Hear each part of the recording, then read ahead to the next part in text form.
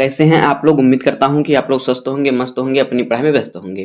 दोस्तों, मैं विनय विश्वकर्मा आपका स्वागत करता हूं आपके अपने चैनल विनय स्टडी में। तो दोस्तों, आज की वीडियो में हम क्लास 12 बायोलॉजी के पूरे किताब से मोस्ट इम्पॉर्टेंट 69 टॉपिक को पढ़ेंगे, जो कि हमारे बोर्ड एग्जाम के लिए मोस्ट इम्पॉर्टेंट है। तो बस आप क्या कीजिएगा, 69 टॉपिक को तैयार कर लीजिए, आपके बायोलॉजी का पूरा कोर्स समाप्त। इतना ही आपको पढ़ना है पूरी किताब से।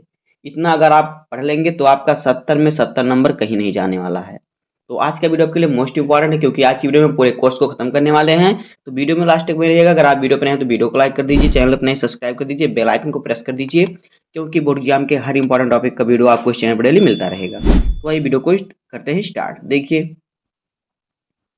यहाँ पे देखिए, पूरे जितने भी हमारे चैप्टर है पूरे बायोलॉजी में, उन सभी चैप्टर से सबसे महत्वपूर्ण प्रश्नों को हमने लिया है। तो देखिए, हमारा पहला टॉपिक क्या है, पुष्प की संरचना। तो आपको क्या करना है, पुष्प की संरचना पढ़ लेना है और इसका चित्र कैसे बनता है इसका चित्र भी बनाना सीख लेना है। ये हो गया पहला टॉपिक। दूसरा टॉपिक हमारा है बीजांड।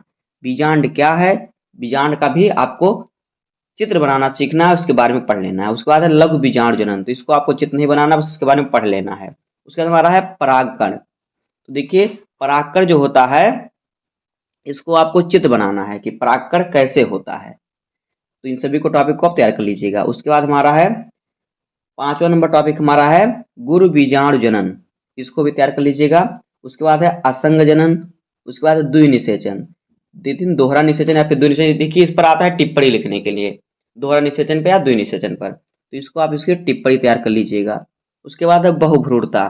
बहुभ्रूणता पर भी क्या आता है, टिप्पणी आता है। तो ये भी जैसे कि इनमें पूछता है कि कुछ बहुभ्रूणता वाले पौधे के उदाहरण दीजिए, तो आप संतरा लिख दीजिएगा।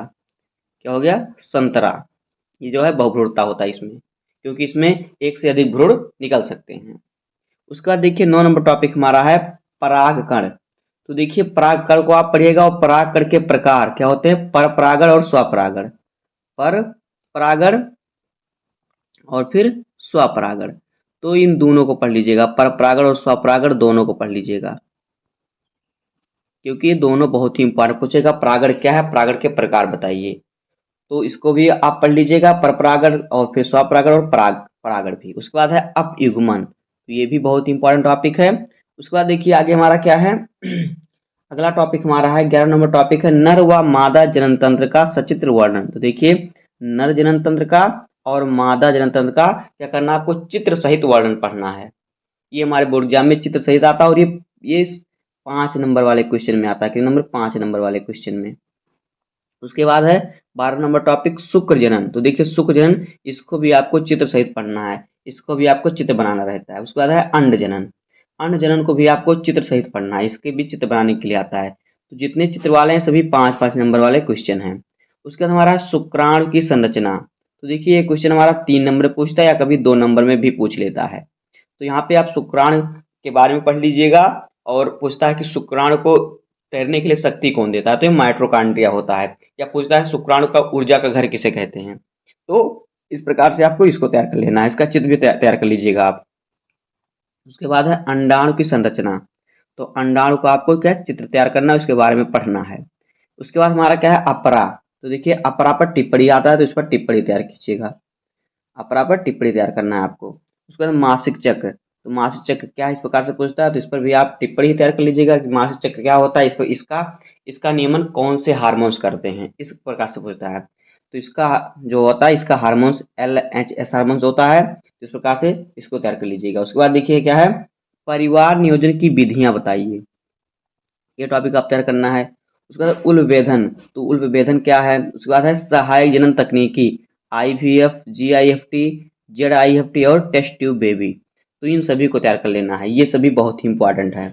उसके बाद देखिए क्या है, 21 नंबर टॉपिक है जनसंख्या विस्फोट का कारण क्या है, बचाव क्या है, उसका दुष्परिणाम बताना है। कभी कभी इस पर निबंध भी पूछ लेता है कि जनसंख्या विस्फोट पर संक्षिप्त में निबंध लिखिए। उसके बाद देखिए अगला है एक संकर संकरण व इसके प्रयोग, इसका चित्र भी बनाना है। उसके बाद द्विसंकर संकरण व इसके प्रयोग, इसका भी चित्र बनाना है। तो इनको आपको चित्र सहित तैयार करना है। उसके बाद देखिए क्या है अगला टॉपिक है लिंग सहलग्न रोग वंशागत। देखिए, जो रोग लिंग सहलग्न रोग हैं, जैसे कि क्या हो गया देखिए, वर्ण अंधता, क्या वर्धानता, वर्ण वर्णांधता, और फिर हो गया हीमोफीलिया। ये सभी क्या हैं, ये सभी जो हैं लिंग सहलग्न रोग हैं, तो इन सभी को आपको तैयार कर लेना है। उसके बाद देखिए क्या है, उसके बाद सप्रभाविता, बहुप्रभाविता, अपूर्ण प्रभाविता और रुधिर वर्गों की वंशागत, इन सभी टॉपिक को आपको तैयार कर लेना है। उसके बाद है लिंग निर्धारण, तो देखिए मनुष्य में लिंग निर्धारण आपको पढ़ लेना है, इसका आप चित्र भी पढ़ लीजिएगा। जैसे कि देखिए मनुष्य में लिंग निर्धारण किस प्रकार से होता है, जैसे कि जो महिला होती है, महिला में XX गुणसूत्र होता है, और पुरुष जो होता है, पुरुष में XY गुणसूत्र होता है। तो देखिए पुरुष में क्या होता है, पुरुष में होता है हमारा XY गुणसूत्र। तो देखिए यहाँ से जब ये पुरुष का X गुणसूत्र महिला के X गुणसूत्र से मिलता है तो यक्स X युग्मक बनते हैं, तो ये लड़की हो जाता है, इस प्रकार से लड़की का जन्म होता है। और जब पुरुष का Y गुणसूत्र महिला के X गुणसूत्र से मिलता है तो XY युग्मक बनते हैं, यानी कि इस प्रकार से लड़का बन जाता है। तो इस प्रकार से लिंग का निर्धारण पढ़ लीजिएगा और इसी प्रकार से आप इसमें लिख दीजिएगा, बस आपको पूरे नंबर मिल जाएंगे। उसके बाद है सिंड्रोम, तो देखिए सिंड्रोम में आपको क्या क्या पढ़ना है, देखिए डाउन सिंड्रोम, और फिर टर्नर सिंड्रोम, और फिर क्लाइनफेल्टर सिंड्रोम, क्लाइनफेल्टर सिंड्रोम। तो देखिए इन 3 सिंड्रोम को पढ़ना है और इसमें गुणसूत्रों की संख्या भी आपको पढ़ लेना है, इतना इसमें पूछेगा। उसके बाद देखिए अगला क्वेश्चन है, टॉपिक हमारा है वाटसन एवं क्रिक का डीएनए मॉडल प्रस्तुत कीजिए। उसके बाद आरएनए व इसके प्रकार, आरएनए क्या है उसके प्रकार बताइए। और पूछता है डीएनए व आरएनए में अंतर, ये बहुत ही इंपॉर्टेंट टॉपिक है, इसमें अंतर हमेशा पूछता है कि डीएनए और आरएनए में अंतर बताइए। और पूछता है स्वपरागण और परपरागण में अंतर, तो इसमें क्या करना है आपको, इसका अंतर तैयार करना है। आगे देखिए, आगे है आनुवांशिक कूट क्या है, डीएनए फिंगरप्रिंटिंग क्या है, तो इसको आपको तैयार करना है। उसके बाद मानव जीनोम परियोजना क्या है। आगे अवशेषीय अंग पूछेगा कि कोई ऐसे अवशेषीय अंग बताइए जो हमारे शरीर से विलुप्त हो गए हैं, ये विकल्प में भी पूछ सकता है और क्वेश्चन में भी पूछ सकता है। या पूछेगा कि हमारे शरीर में ऐसे कौन से अवशेषीय अंग हैं जो आने वाले समय में विलुप्त हो जाएंगे, मतलब जैसे 1000-2000 साल बाद विलुप्त हो जाएंगे। तो आपको क्या लिखना है, बाल और नाखून, बाल और नाखून, ये अवशेषीय अंग हैं। और फिर देखिए क्या है, कर्ण पल्लव, या फिर कर्ण पल्लव यानी जो कान के बाहर हमें जो जो ये चमड़ी निकली हुई है कर्ण पल्लव है, तो ये भी क्या अवशेषीय अंग माना जाता है। उसके बाद देखिए क्या है, आगे है संयोजक कड़ी और विलुप्त कड़ी, तो ये भी इसी से मिलता जुलता है। उसके बाद देखिए क्या है, अगला क्वेश्चन 35 नंबर टॉपिक हमारा है जीवाश्म समजात अंग और समरूप अंग। उसके बाद जावा मानो क्या है। उसके बाद देखिए आगे, आगे है कि लैमार्कवाद, डार्विनवाद और उत्परिवर्तन, तो इन सभी टॉपिक को आप तैयार कर लीजिएगा, सभी बहुत ही इंपॉर्टेंट हैं। उसके बाद है 41 नंबर टॉपिक इंटरफेरान क्या है, हाथी पांव, डेंगू, मलेरिया और टाइफाइड। तो देखिए इसके आपको जो रोग है टाइफाइड, मलेरिया, हाथी पांव, डेंगू, इसको क्या करना है, इसको आपको लक्षण और किस जीवाणु विषाणु प्रोटोजोआ से किससे उत्पन्न होते हैं उसको बताना है, उसके लक्षण बताना है और इसके रोकथाम के उपाय बताना है। उसके बाद देखिए 42 नंबर टॉपिक है सक्रिय व निष्क्रिय प्रतिरक्षा टीकाकरण, तो देखिए प्रतिरक्षा का चित्र बनाना भी आप सीख लीजिएगा। उसके बाद है तो देखिए प्रतिरक्षी का चित्र अभी हमने बनाया ना, बताया ना आपको कि प्रतिरक्षा का चित्र भी बनाना सीख लीजिएगा। उसके बाद है जैव उर्वरक, आगे वाहित मल का उपचार, उसके बाद है घरेलू खाद्य पदार्थ में सूक्ष्म जीव की उपयोगिता। तो देखिए घरेलू खाद्य उत्पादन में सूक्ष्म जीव की उपयोगिता, जैसे कि देखिए डोसा होता है, पाव होता है, पाव रोटी होता है, उसमें देखिए सूक्ष्म जीव के द्वारा वो फुलाया जाता है, तो ये सूक्ष्म जीवी का इसमें उत्पादन में इसके उसका उपयोग है सूक्ष्म जीव का, तो इसको भी आप तय कर लीजिएगा। उसके बाद है जीवाणु का आर्थिक महत्व। उसके बाद है आनुवांशिक इंजीनियरिंग, तो ये सभी बहुत ही इंपॉर्टेंट है। अगला टॉपिक हमारा है बायो रिएक्टर और फिर पीसीआर।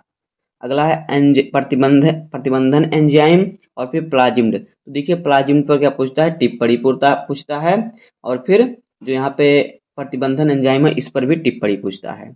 उसके बाद देखिए अगला टॉपिक हमारा है बीटी फसल, यहाँ पे रहेगा क्या, बीटी फसल, बीटी फसल गोल्डन राइस, या फिर पूछ सकता है बीटी कपास, तो इतने को आप तैयार कीजिएगा। उसके बाद देखिए अगला है कि बायोपायरेसी क्या है, बायो पेटेंट क्या है, जीन चिकित्सा कृषि में महत्व, जीन चिकित्सा का कृषि में महत्व।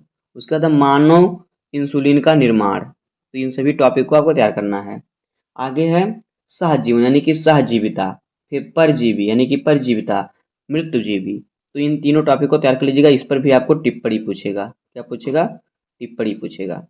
उसके बाद देखिए आगे है प्रतिस्पर्धा, उसके बाद है सहोपकारिता, आगे है उत्पादक, उपभोक्ता और अपघटक। इन पर भी आपको टिप्पणी ही पूछेगा, तो टिप्पणी आपको जरूर तैयार करना है। उसके बाद देखिए क्या है, आगे है खाद्य जाल और खाद्य श्रृंखला, फिर है पिरामिड। तो देखिए पिरामिड जो है जनसंख्या, जो जनसंख्या बढ़ती घटती है उसका पिरामिड पूछता है। बच्चों की संख्या कितनी है, वृद्धों की संख्या कितनी है। जैसे कि देखिए बच्चे की संख्या मान लीजिए कितनी है, 10 है, हम उदाहरण ले रहे हैं।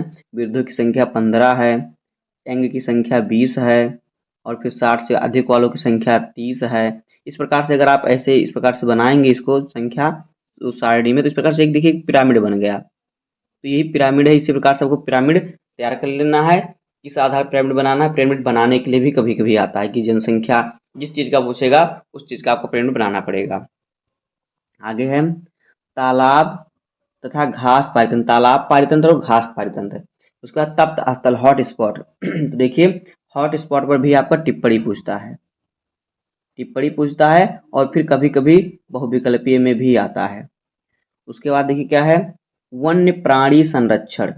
उसके बाद है रेड डाटा बुक। तो देखिए रेड डाटा बुक आप तैयार कर लीजिएगा। ये हर साल आता है, कभी ऐसा बोर्ड एग्जाम नहीं हुआ 12 बायोलॉजी का कि जिसमें ना आए। हर साल आता है रेड डाटा बुक। तो रेड डाटा बुक क्या है मैं आपको ऐसे बता दे रहा हूँ जिससे आपको अगर आप ना पढ़ें तो भी जान जाएंगे। देखिए रेड डाटा बुक ऐसी बुक है जिसमें विलुप्त हुए हुए जीव या फिर विलुप्त होने की, जो विलुप्त होने वाले हैं जीव, उन सभी जीवों को क्रमबद्ध लिखा गया है। जीव जंतु पेड़ पौधे सभी को लिखा गया है, तो इसी को रेड डाटा बुक कहते हैं। उसके बाद देखिए क्या है, 68 नंबर टॉपिक है अभ्यारण्य क्या है और भारत में कितने अभ्यारण्य, इसको आप पढ़ लेना है। और कहाँ 2-3 अभ्यारण्य पढ़ ले रहा है उसके बारे में कि कहाँ कहाँ है। उसके बाद देखिए अगला है जीव विविधता का संरक्षण, तो इसको भी पढ़ लीजिएगा। इस प्रकार से आपकी क्लास 12 बायोलॉजी के 69 टॉपिक हो गए। बस इतना अगर आप पढ़ लेंगे तो आपको 70 में 70 नंबर दिलाने से कोई नहीं रोक सकता, क्योंकि पूरे पेपर ही आपका यहीं से बनता है। तो बस आज की वीडियो में इतना ही। उम्मीद करता हूँ कि आपको वीडियो पसंद आया होगा। अगर आपको किसी और सब्जेक्ट पर टॉपिक पर आपको चाहिए वीडियो तो कमेंट कीजिएगा, उसका आपको वीडियो मिलेगा। और आपको अगर किसी और क्वेश्चन का आंसर चाहिए तो उसको बताइएगा, उसका भी आपको सोल्यूशन मिलेगा। तो बस आज की वीडियो में इतना ही। इसी तरह सपोर्ट करते रहिए। उम्मीद करता हूँ कि आपको वीडियो पसंद आया होगा। अगर आपको वीडियो पसंद आए तो वीडियो को लाइक कर दीजिए, चैनल पर नए सब्सक्राइब कर दीजिए, बेल आइकन को प्रेस कर दीजिए, क्योंकि बोर्ड एग्जाम के हर इंपॉर्टेंट टॉपिक का वीडियो आपको इस चैनल पर डेली मिलता रहेगा। तो मिलते हैं किसी नेक्स्ट वीडियो में, तब तक के लिए धन्यवाद। जय हिंद।